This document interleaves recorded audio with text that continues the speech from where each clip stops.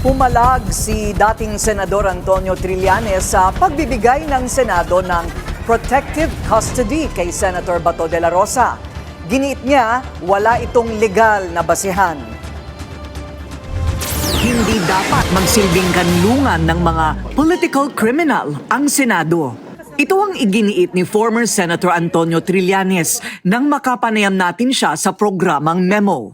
Base po ang dun sa mga nasaksihan ko kahapon, nagpasya po yung NBI na mag-stand down para mag-de-escalate yung situation dahil bibigyan nila ng tamang panahon na maisip ni Senator Cayetano na mali yung ginagawa niya.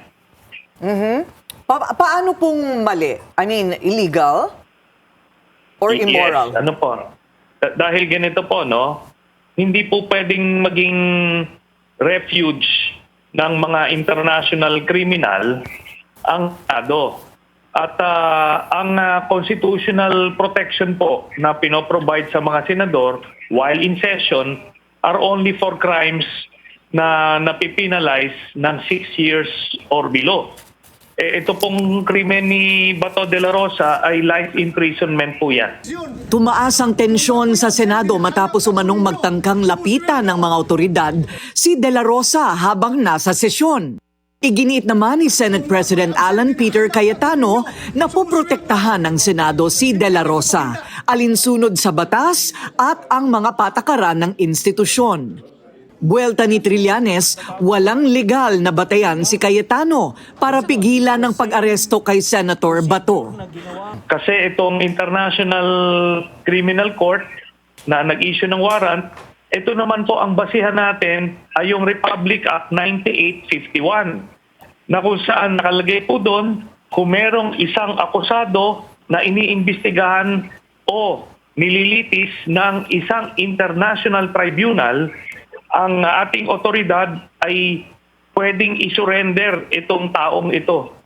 Yun po ay yung batas po na yon na ipasa noong 2009, yun po ang ginamit na basihan doon sa pag-aresto kay Digong. Hindi naman po dineclare ng unconstitutional ng Supreme Court yon or illegal. Kaya bakit po iba ngayon ang magiging trato?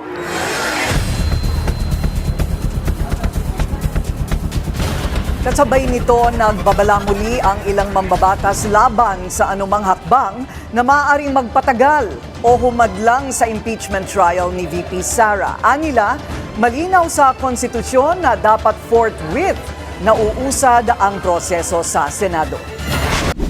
Manatiling nakatutok sa Bilyonaryo News Channel. Sumubaybay sa aming social media accounts at mag-subscribe sa aming YouTube channel para sa mga bago at eksklusibong balita.